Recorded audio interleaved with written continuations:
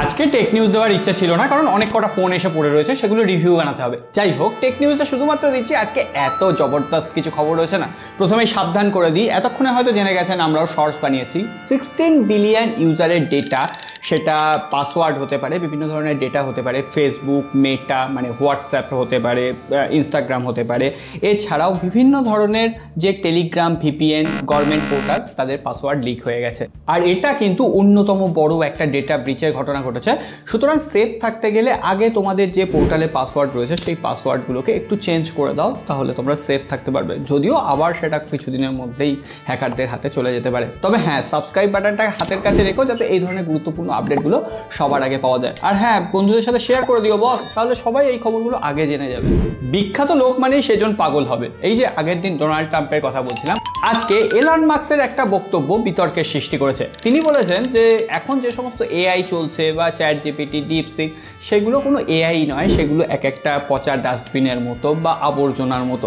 কারণ Elon Musk Grok AI, যেটা actually এক্সের একটা শাখা বলা যেতে পারে, সেই গ্রোক এআইয়ের ভেতরে হিউম্যান নলেজকে কাজে লাগিয়ে একটা নতুন আর্টিফিশিয়াল ইন্টেলিজেন্স ওয়েবসাইট তৈরি করতে চলেছে। সো দেখা যাক। এলন মাস্ক বড় বড় কথা বলে থাকেন প্রত্যেকবারই, কিন্তু হ্যাঁ, তিনি কাজের মানুষ অবশ্যই, কিন্তু কথা বলার আগে ভাবা উচিত।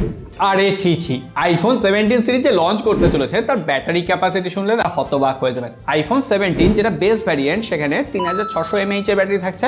আইফোন 17 এয়ার সেখানে 3000-ও ছুতে পারেনি, 2800 mAh এর ব্যাটারি থাকছে।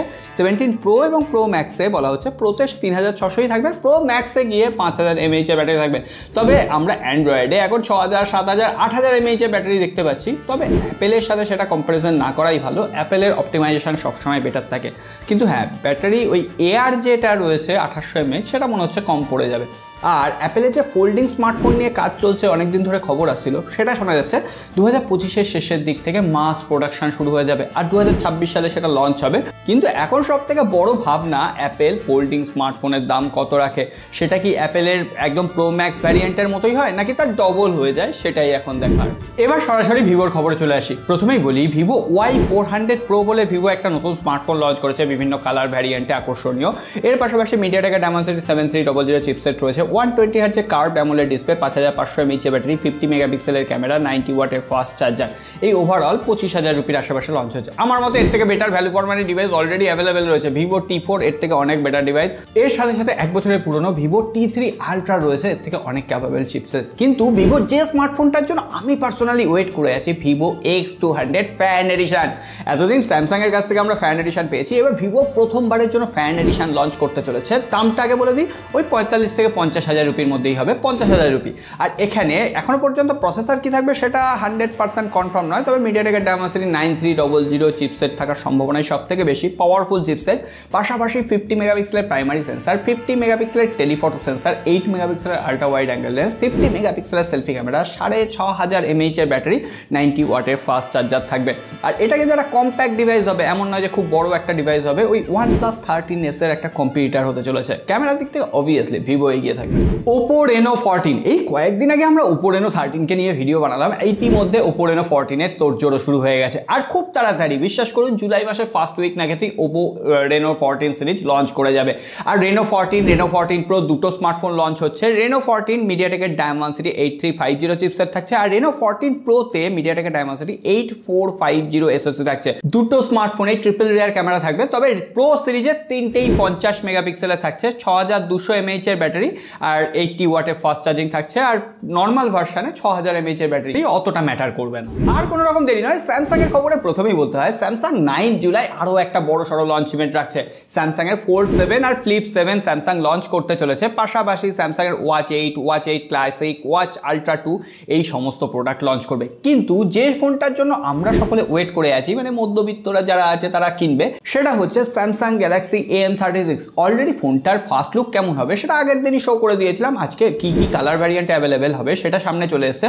পাশাপাশি 50+8+2 মেগাপিক্সেলের ট্রিপল রিয়ার ক্যামেরা থাকছে, 13 মেগাপিক্সেলের selfie camera, Corning gorilla glass Victus প্লাসের প্রোটেকশন থাকছে। তবে হ্যাঁ, সামনের ডিসপ্লেটাতে এখনো পর্যন্ত ড্রপ নচ ডিসপ্লে রয়েছে। যাই হোক, আর ফোল্ড 7 আর ফ্লিপ 7 এর কথা বলছিলাম, ওখানে এক্সিনোসের 2500 চিপসেট থাকছে। সো দেখা যাক স্যামসাং এবার সেটাকে কিভাবে অপটিমাইজ করে।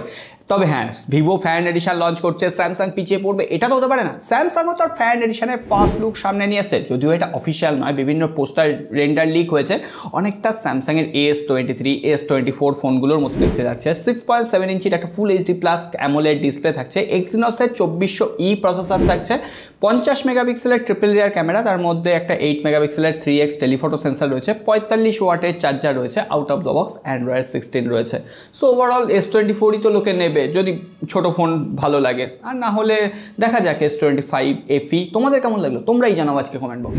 সবশেষে OnePlus-এর একটা খবর দিয়ে দিই, সবে মাত্র OnePlus 13 সিরিজে লঞ্চ করেছে। OnePlus 14 সিরিজ আসছে না, কারণ চায়নাতে 14 যে নাম্বারটা সেটা অতটা শুভ নয়। আর OnePlus 15 যে আসবে তার ডিজাইনটা এবার আর সার্কুলার ক্যামেরা মডিউল থাকছে না, ক্যামেরা মডিউলটাই সম্পূর্ণ চেঞ্জ হচ্ছে, অর্থাৎ লুকসে কিন্তু OnePlus 15 অনেকটাই চেঞ্জ হবে।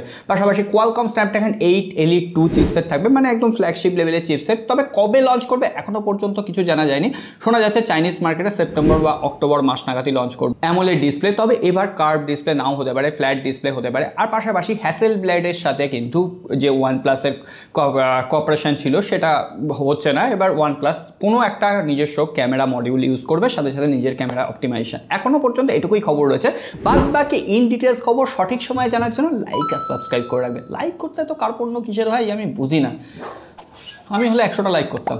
করো করো করো করো, আর দেরি করো না। সকলে ভালো থাকো, সুস্থ থাকো, দেখা হবে আগামী পর্বে।